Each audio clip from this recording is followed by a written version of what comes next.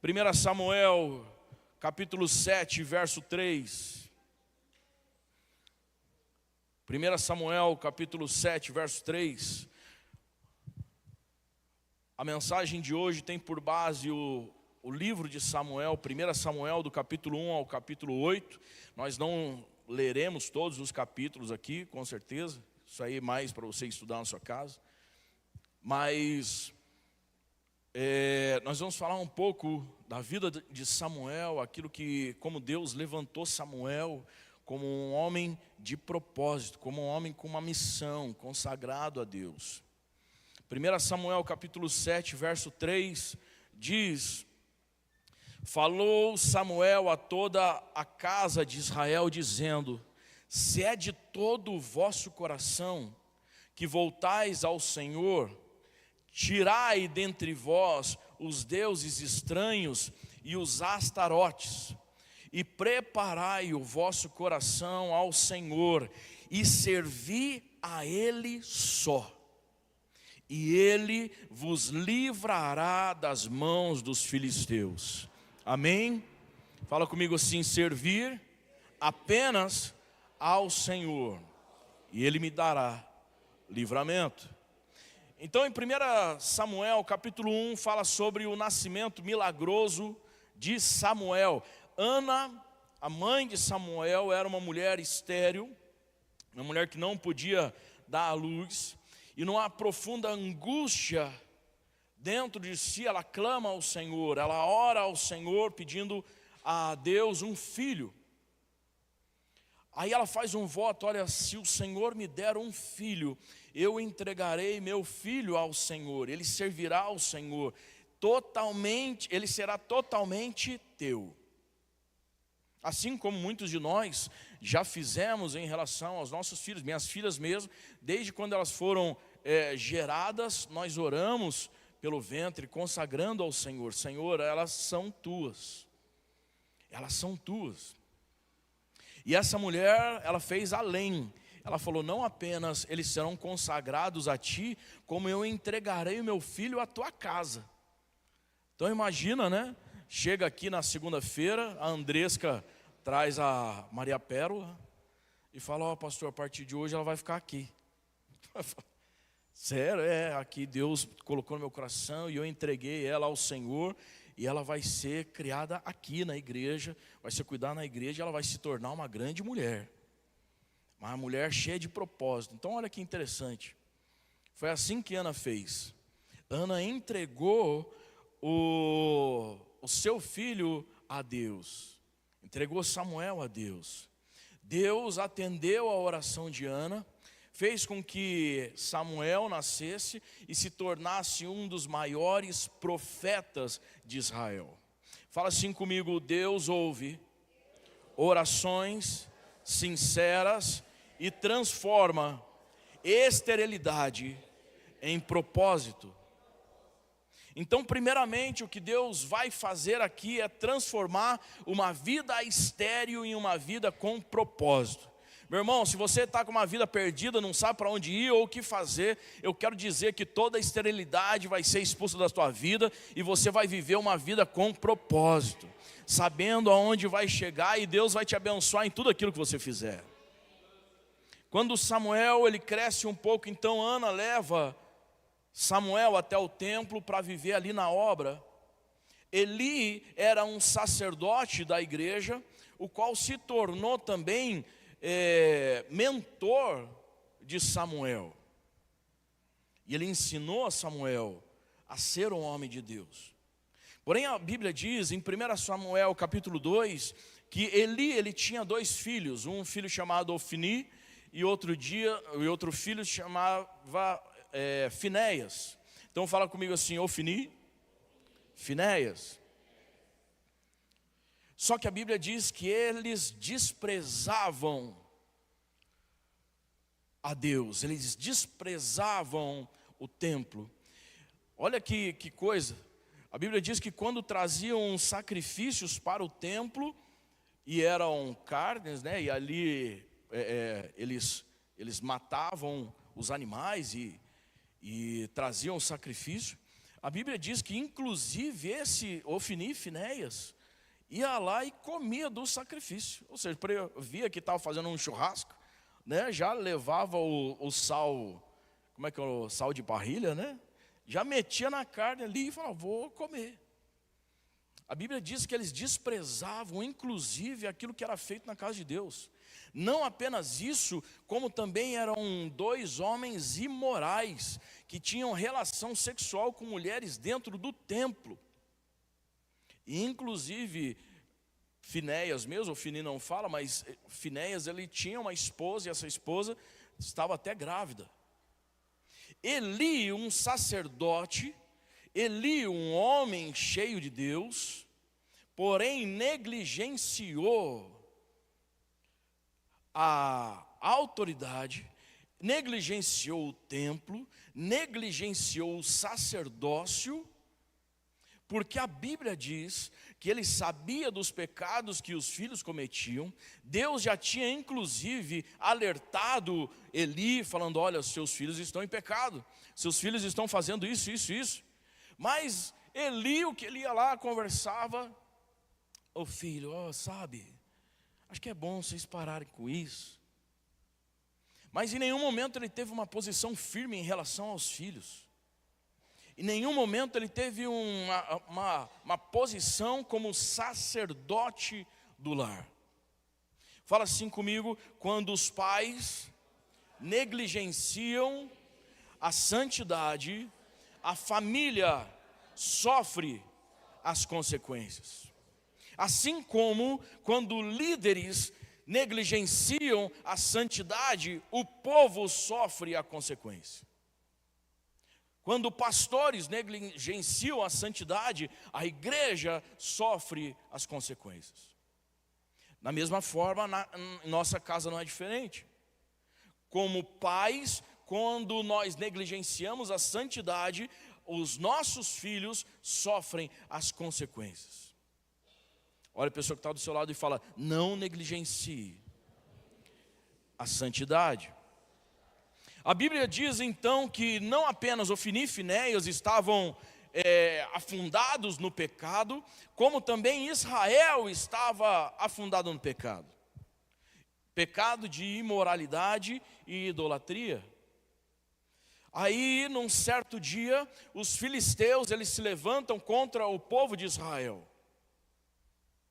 Israel, mesmo em pecado, porque já era de costume, eles entendiam que onde a arca fosse, ali no canto mesmo nós temos uma arca da aliança, e todas as vezes que eles iam lutar, eles colocavam a arca da aliança, que simbolizava a presença de Deus, e eles então iam à batalha.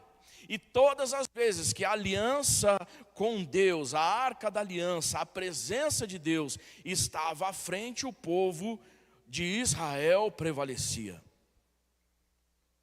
O que eles não sabiam dessa vez é que eles estavam levando a arca para lutar contra os filisteus, mas o Espírito Santo, o Espírito de Deus, por causa do pecado e da imoralidade, já não era mais com o povo de Israel.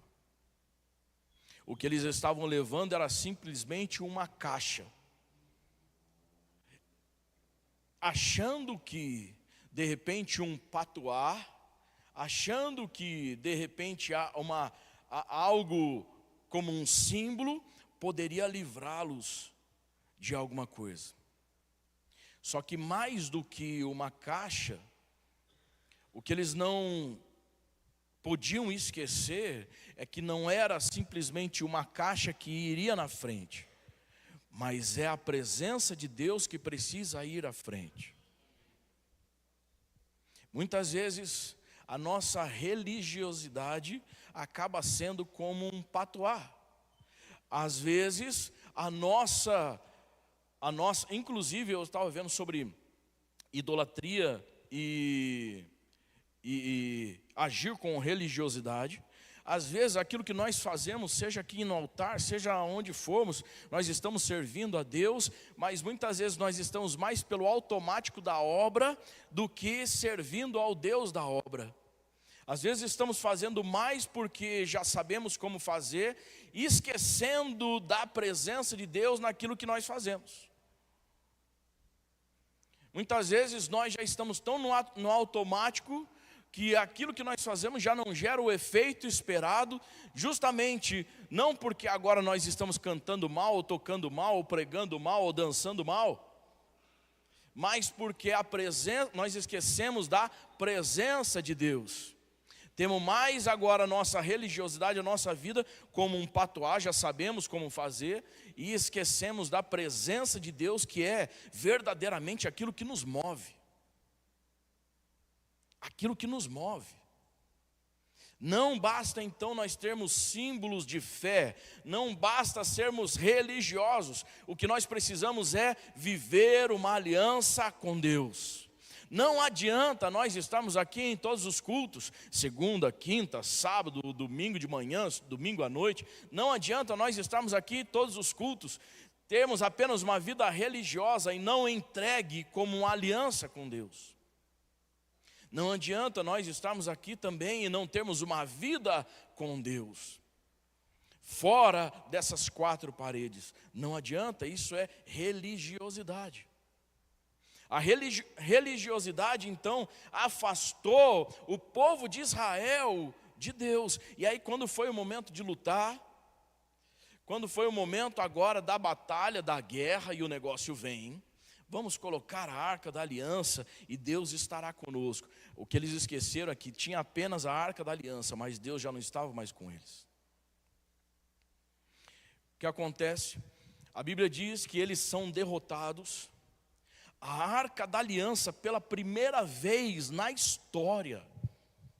Imagina como foi para o profeta Eli, como foi para o sacerdote Eli.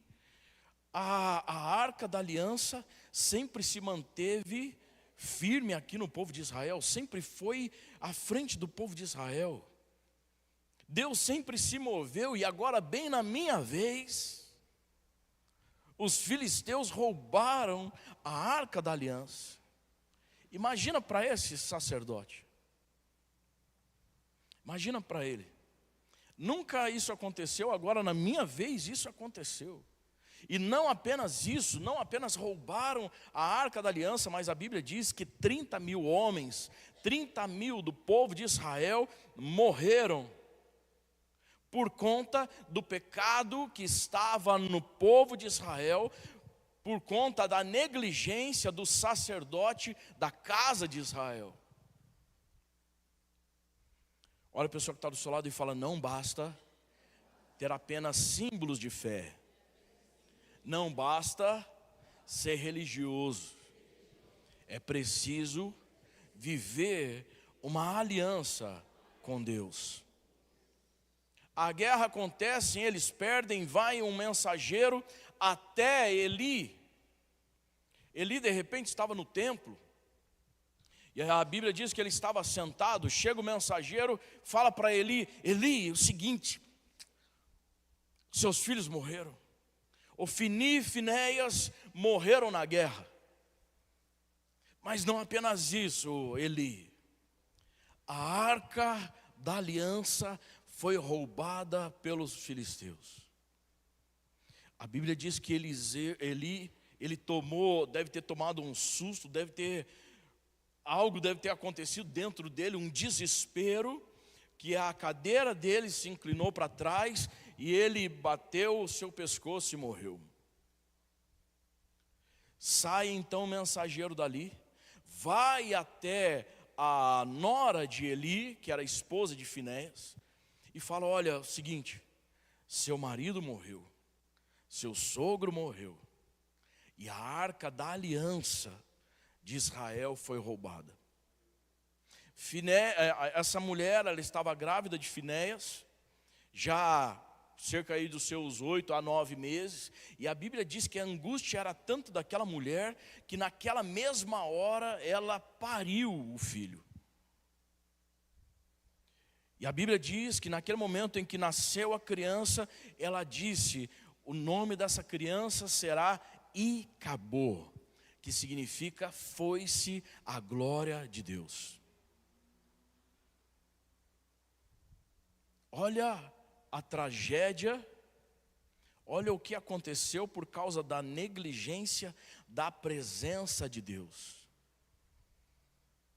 O povo acreditava então que bastava ter a arca para vencer, mesmo distante da presença de Deus. Isso nos mostra como é perigoso viver uma fé simplesmente de aparências e sem transformação interior. É perigoso nós vivermos uma fé apenas de aparências.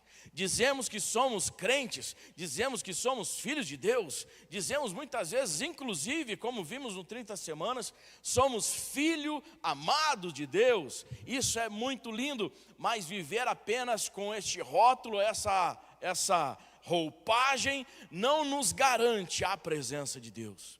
O que garante a presença de Deus na nossa vida chama-se aliança. A aliança. E Deus nessa noite quer renovar a sua aliança com Ele. Porque a aliança de Deus com você é inquebrável. Você pode pecar, você pode errar, você pode fazer o que for. A aliança que Deus fez com você sempre vai valer. Agora, a nossa aliança com Deus é aquela que precisa ser renovada nessa noite. A aliança com a presença de Deus, com o mover de Deus, com a manifestação do poder de Deus. Essa precisa ser a nossa aliança. Deus, Ele não se move por religiosidade, mas Ele se move por corações que se rendem. Tanto é que a palavra de Deus diz: ao coração quebrantado e contrito, Deus não desprezará. Quando nós nos arrependemos e nós nos colocamos diante do Senhor, um coração quebrantado e contrito não tem como Deus desprezar.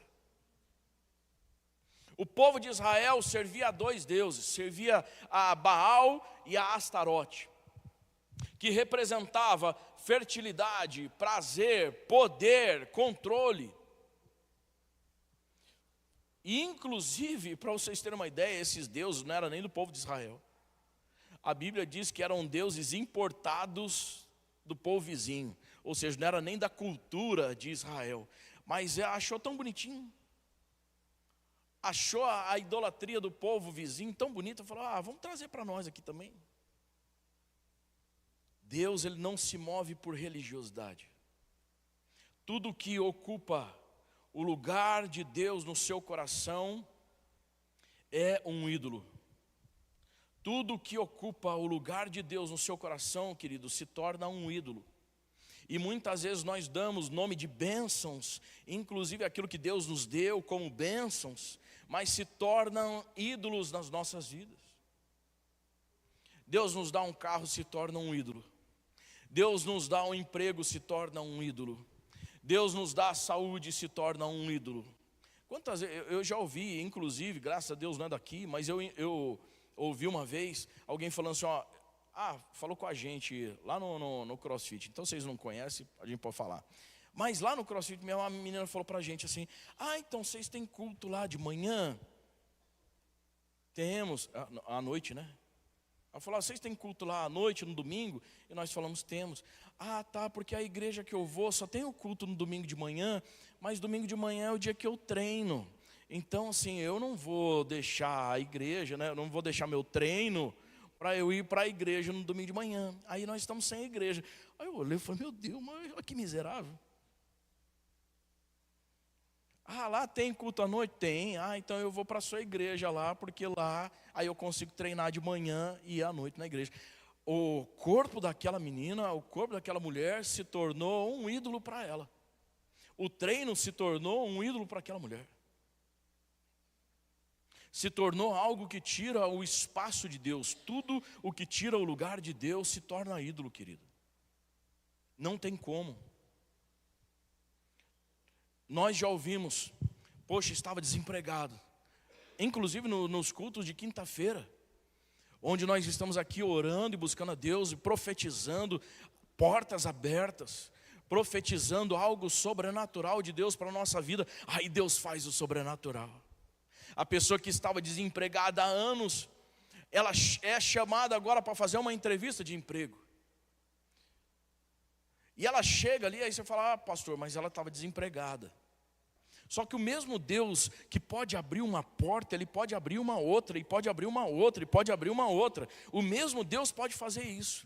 Mas a pessoa muitas vezes ela está tão no desespero que ela fala assim, qual é a porta aberta para esse momento? É uma porta que você vai trabalhar de domingo a tal dia, aí do horário a tal horário, não vai dar para você ir para a igreja, não vai dar para você fazer o seu devocional, não vai dar para você fazer mais nada. E a pessoa naquele momento ela coloca o dinheiro, ela coloca aquilo que ela precisa, lógico, pagar a conta, enfim, mas ela coloca em primeiro lugar. Não vai mais para a igreja, não busca mais a Deus, não ora mais, não tem mais o tempo de devocional, aquilo que era bênção se tornou maldição. Um Deus na sua vida. Tudo aquilo que ocupa o lugar de Deus na sua vida é idolatria. Tudo que ocupa o lugar de Deus no seu coração, inclusive, de novo, o ministério. Muitas vezes nós somos tão empenhados no ministério e acabamos fazendo muito no automático e esquecemos do Deus do ministério. Olha a pessoa que está do seu lado e fala, tudo que ocupa o lugar de Deus no seu coração é idolatria. Quais são os ídolos modernos que nós temos hoje? Carreira, dinheiro, prazer, autoimagem, controle, os vícios. E até mesmo a nossa própria religiosidade pode se tornar um ídolo na nossa vida. A Bíblia diz, em Êxodo capítulo 20, verso 3, não terás outros deuses diante de mim. Deus, Ele não divide, nunca, a questão não é que Deus é egoísta. A questão é que Deus te ama tanto. Deus te deseja tanto, meu querido, que Ele não consegue ficar distante de você em nenhum momento. É a mesma coisa quando alguns de nós aqui faltamos na igreja, recebemos a ligação, por que você não foi? Por que você não sumiu? O que aconteceu? Deus te ama muito mais do que uma ligação ou mensagem que você recebe. O desejo de Deus é que você viva rendido aos pés dEle 24 horas por dia, desejando a presença dEle, desejando a vontade de Deus, desejando com que Ele esteja. É aquilo que nós temos falado durante esses dias. A nossa vida precisa ser regida por Deus. Do contrário, tudo afunda. Se o teu trabalho não for regido por Deus, vai afundar. Se os teus estudos não forem regidos por Deus, vai afundar. Se o teu ministério não for regido por Deus, vai afundar. Há necessidade da manifestação da presença de Deus. Onde há idolatria, Deus não habita. E aí Deus fala, ou eu tenho tudo, ou eu não tenho nada. Eu não sou como mulher de malandro. Que aí tem uma, tem outra, tem outra, tem outra. Eu não sou como mulher de malandro. Ou eu sou exclusivo na tua vida, ou então me esquece. De repente, sabe por que muitas vezes as pessoas elas se sentem sozinhas, se sentem cansadas, é uma luta atrás da outra luta, é uma vida que parece que não desata, porque muitas vezes existem idolatrias que precisam ser retiradas da nossa vida. Idolatrias. O povo de Deus, o povo de Israel, ele perde o sacerdote, perde a arca da aliança e fica longe de Deus. A Bíblia diz que durante 20 anos o povo então se lamentou por causa daquilo que aconteceu. Mas aí até o momento que Deus levanta, agora já um homem, porque antes era um menino. Agora Deus levanta um homem chamado Samuel. Um profeta de Deus. Um homem com propósito. Um homem com uma missão. Fala comigo, propósito, missão. Um homem que adorava a Deus desde que nasceu, estava na presença de Deus. E ele não via prazer em outra coisa. Ele não via prazer em outro lugar, ele não via prazer em mais nada, ele via prazer na presença de Deus. Ele sabia que cedo ou tarde Deus o iria levantá-lo. Não havia, olha, daqui a 10 anos, daqui a 20 anos, nós vamos construir a tua carreira para que você seja um sacerdote. Isso não existia. Mas ele sabia, Deus me chamou por um propósito. Deus me chamou com uma missão, Deus não me chamou à toa. E quando ele sai da estatura de menino e ele se torna um homem, Deus então usa aquele homem. Deus usa-o com um propósito. Deus o usa com uma missão. Eu não sei em qual idade ministerial ou espiritual você está na sua vida.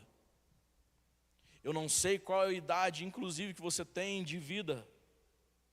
Mas eu quero te dizer que Deus, Ele quer te formar um homem e uma mulher com um propósito, com uma missão. Que saiba qual é o teu propósito, que saiba qual é a tua missão. E que desenvolva aquilo que Deus fez para você, aquilo que Deus tem para você. Que desenvolva a presença gloriosa de Deus. 1 Samuel, capítulo 7, versos 5 a 6, e eu quero ler com você. 1 Samuel, capítulo 7, versos 5 a 6. Perdão, verso 3. 1 Samuel, capítulo 7, verso 3. Diz: falou Samuel a toda a casa de Israel, dizendo: se é de todo o vosso coração que voltais ao Senhor, tirai dentre vós os deuses estranhos e os astarotes, e preparai o coração ao Senhor, e servi a Ele só, e Ele vos livrará das mãos dos filisteus. Então, verso 4, então os filhos de Israel tiraram dentre si os Balaíns, os Astarotes, e serviram só ao Senhor. Disse mais então Samuel: congregai todo o povo, todo Israel em Mispa, e orarei por vós ao Senhor. Antes de continuar aqui, eu quero dizer que Deus está levantando nessa noite sacerdotes que intercedem pela sua nação, pela sua casa, pelo teu ministério, por essa igreja. Deus está levantando sacerdotes aqui, amém? Deus está levantando intercessores, homens de Deus, que vivam a presença, que desejam a presença.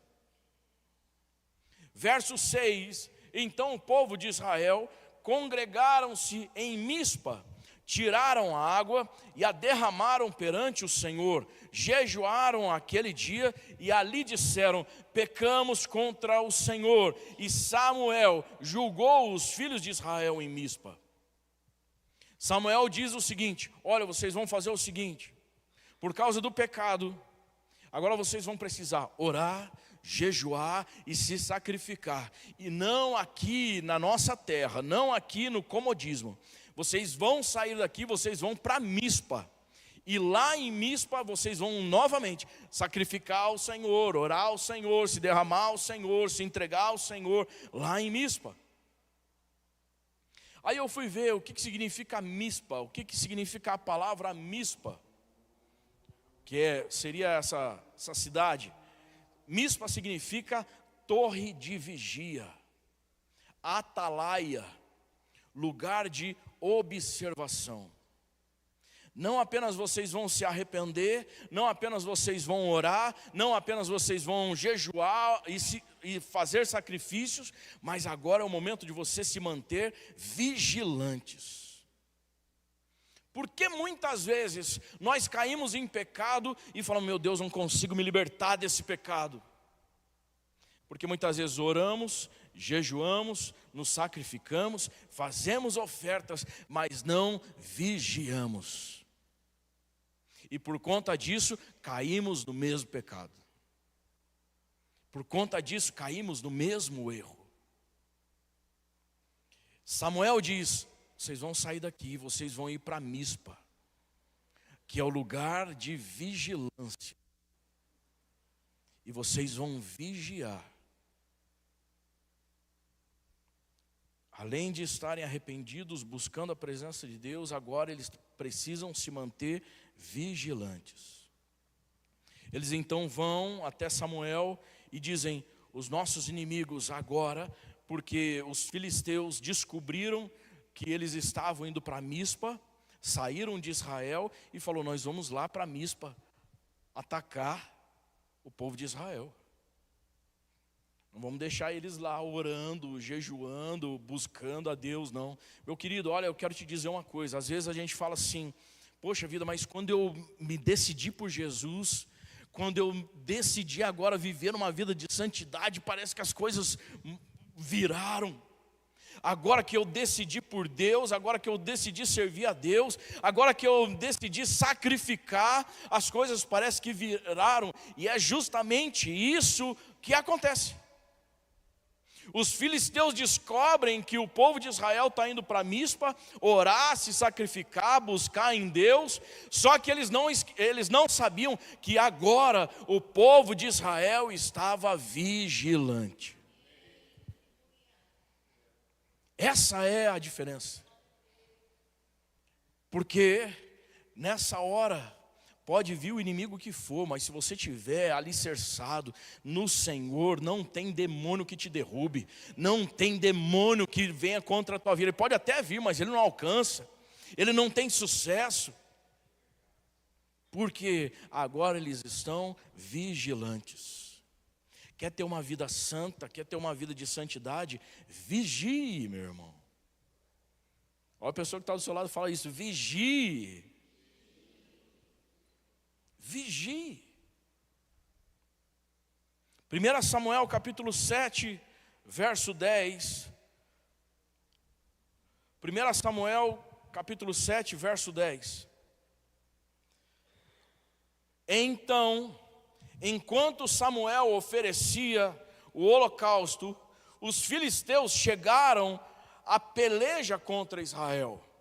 Mas olha só, oh meu Deus do céu, olha que poder, que coisa. Quando nós entregamos o nosso tudo a Deus, a nossa vida por completo a Deus, quando nós oramos, buscamos, nos santificamos, quando nós vigiamos, quando nós colocamos: ó Senhor, toda a nossa vida pertence ao Senhor, toda a nossa vida é tua. Não haverá áreas da minha vida escondidas do Senhor.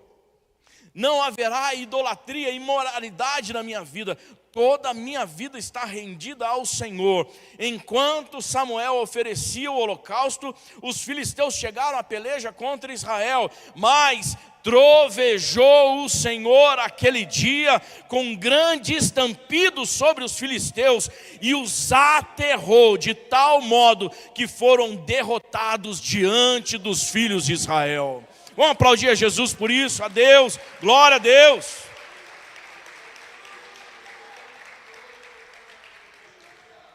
Quem vive na presença de Deus não perde, querido.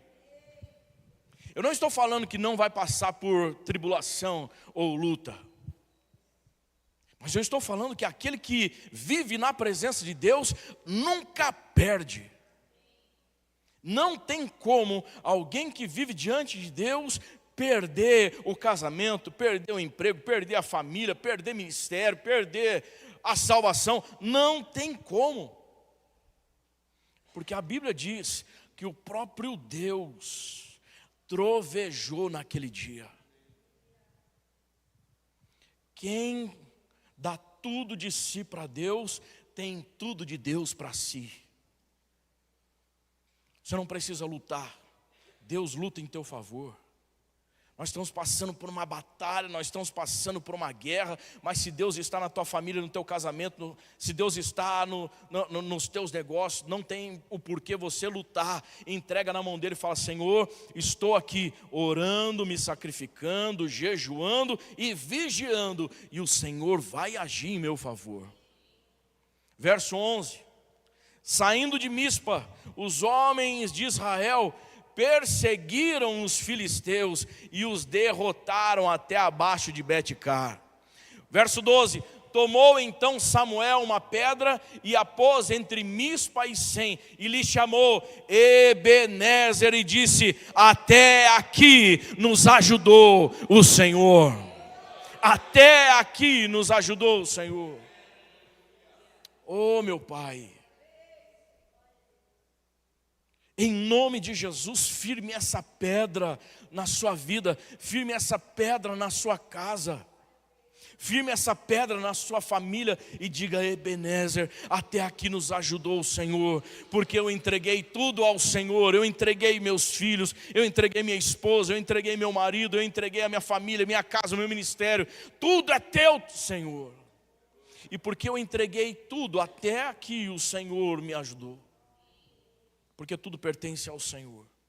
Mas não termina aí, verso 13: assim os filisteus foram abatidos e nunca mais vieram ao território de Israel, porquanto foi a mão do Senhor contra eles todos os dias de Samuel.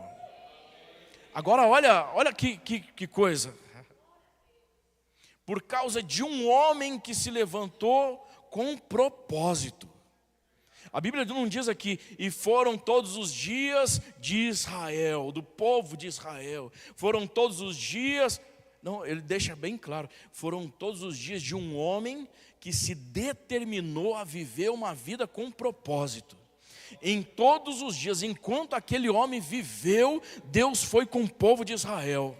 Enquanto aquele homem que sabia o que queria da vida viveu, Deus foi com ele. Enquanto aquele homem viveu na presença do Senhor, a manifestação do Senhor, a guarda do Senhor, o livramento do Senhor foi com o povo de Israel, porque se levantou um homem de propósito, com um propósito no teu coração. Quando nós colocamos Deus no centro, Ele entra nas nossas batalhas como um general e Ele luta em nosso favor. Se Deus é teu tudo, meu querido, você não está sozinho. Se Deus é tudo na tua vida, não tem o que temer, porque Deus já vai lutar em teu favor. Como viver então uma vida plena, baseada naquilo que nós ouvimos aqui? Primeiro, examine o seu coração. Examine o teu coração. Como está o teu coração? Está totalmente rendido ao Senhor ou tem áreas da sua vida que você não o entrega? Segundo, abandone a idolatria. O que tem tomado o lugar de Deus na tua vida, abandone isso em nome de Jesus. Terceiro, se renda por completo. Se renda por completo. Não tenha áreas da sua vida em que é escondidinho, Deus não pode ver. Se renda por completo. E quarto, busque intimidade. Não é apenas bênçãos, busque intimidade com Deus. Deus, Ele não quer ser o seu amuleto. Deus, Ele não quer ser o seu patuá. Deus, Ele não quer ser uma caixa na sua frente. O que Deus quer ser é o tudo da sua vida.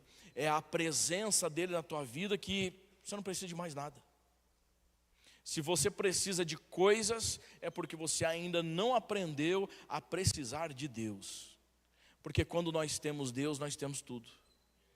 Tudo vai bem, tudo dá certo, tudo desata. Quando nós temos Deus à frente de tudo. Vamos nos colocar de pé. Uma vida plena não é a ausência de guerra, mas é saber e ter a certeza de que Deus está lutando em nosso favor.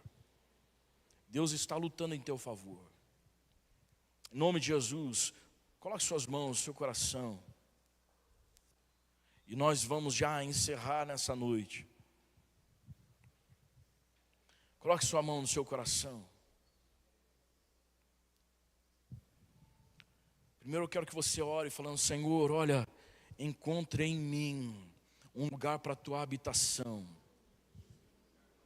Senhor, em nome de Jesus, examina o meu coração, existe em mim idolatria. Senhor, o que tem tomado o teu lugar em mim? Senhor, o que tem tomado o teu lugar no meu coração. Meu Deus, será que verdadeiramente o Senhor é tudo em mim? Será que verdadeiramente o Senhor é tudo na minha casa, na minha família? Será que o Senhor está no meu casamento? Será que o Senhor está na minha casa? Será que o Senhor está na minha família? Será que o Senhor verdadeiramente está no meu ministério? Será que o Senhor verdadeiramente está na minha vida profissional? Meu Deus, em nome de Jesus, eu quero me entregar ao Senhor. Quero me entregar, Senhor Deus, a Ti nesse momento. Eu quero entregar, meu Deus, toda a minha vida ao Senhor, sem reservas. Senhor, eu cansei de lutar por mim mesmo. Eu cansei, Senhor, de viver uma vida sem propósito. Senhor, Samuel se tornou um homem com um propósito, com uma missão. Meu Deus, em nome de Jesus, eu lhe peço, amadurece muitos de nós aqui. Nos amadurece, Senhor, como homens e mulheres que vivem o propósito do Senhor. Lhe peço, meu Deus, em nome de Jesus, traz a tua realidade em nós. Traz, meu Deus, o teu desejo em nós. O Senhor nos chamou para salvar. O Senhor nos chamou para libertar. O Senhor nos chamou para ir, para falar. O Senhor nos chamou, meu Deus, para alcançar vidas. O Senhor nos chamou. O Senhor nos chamou, meu Deus, como Samuel, para libertar um povo. E eu lhe peço, Senhor, restitui agora uma vida de propósitos na vida de cada um dos seus filhos. Eu lhe peço, Senhor Deus, em nome de Jesus, reafirma em nós a nossa missão, o nosso chamado. Senhor, porque nós sabemos que existirá um momento em que haverá um povo que necessitará da nossa postura, do nosso posicionamento. A nossa família, em um determinado momento, pode precisar de nós, da nossa postura, do nosso posicionamento como sacerdote. E eu lhe peço, meu Deus, em nome de Jesus, forge aqui homens e mulheres dispostos a viver a missão do Senhor. Meu Deus, homens e mulheres que desejem a tua presença, que vivam a tua presença. Pai, que a carreira não seja um ídolo, que a empresa não seja um ídolo, Senhor, que os estudos não sejam um ídolo, que objetos não sejam ídolos, mas que o Senhor seja tudo em nós. Eu lhe peço, Senhor, em nome de Jesus, nessa noite transforma corações aqui, transforma, Senhor Deus, vidas nessa noite. Pai, domingo que vem nós teremos o nosso batismo. Eu lhe peço, Senhor, em nome de Jesus, aqueles que ainda não se batizaram, eu lhe peço, meu Deus, aqueles que ainda não aceitaram o Senhor como Senhor e Salvador da sua vida, meu Deus, que tomem essa decisão hoje, que decidam entrar pelas águas, que decidam uma nova vida, que decidam entregar tudo ao Senhor. Eu lhe peço, meu Deus, em nome de Jesus, alcança aquele que está perdido, Pai. Alcança, meu Deus, em nome de Jesus, o homem e mulher que aqui está, que ainda não entendeu o teu propósito de vida. Alcança-os pelo poder do sangue de Jesus. Mostra, meu Deus, aos teus filhos que eles estão cansados, sobrecarregados, mas o Senhor é aquele que pode aliviar. O Senhor é aquele que pode fazer quando nós entregarmos ao Senhor o nosso tudo. Eu lhe peço, meu Deus, em nome de Jesus agora, que nós possamos tomar uma decisão de entregar o nosso tudo ao Senhor. Meu Deus, o dinheiro não é o nosso Deus. Os bens não são os nossos deuses.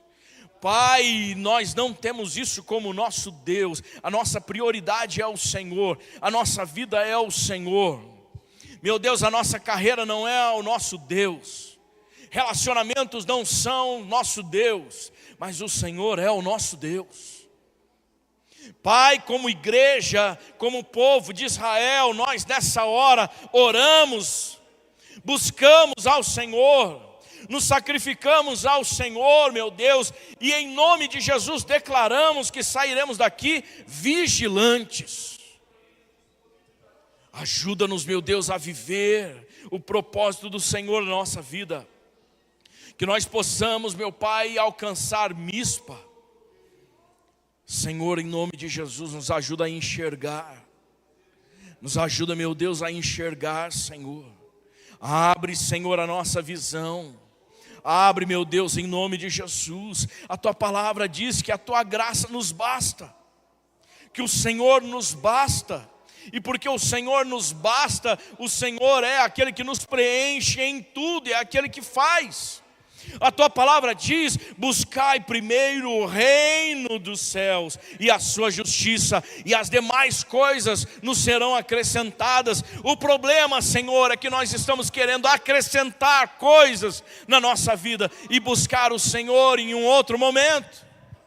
Eu lhe peço, meu Deus, em nome de Jesus, nessa noite, levante aqui homens e mulheres determinados a ter o Senhor, determinados a viver o Senhor, meu Pai, e quando o Senhor tiver tudo de nós, o Senhor então fará tudo para nós. Ah, Espírito Santo, meu Deus, em nome de Jesus, ajuda-nos a encontrar, meu Pai, a Tua presença.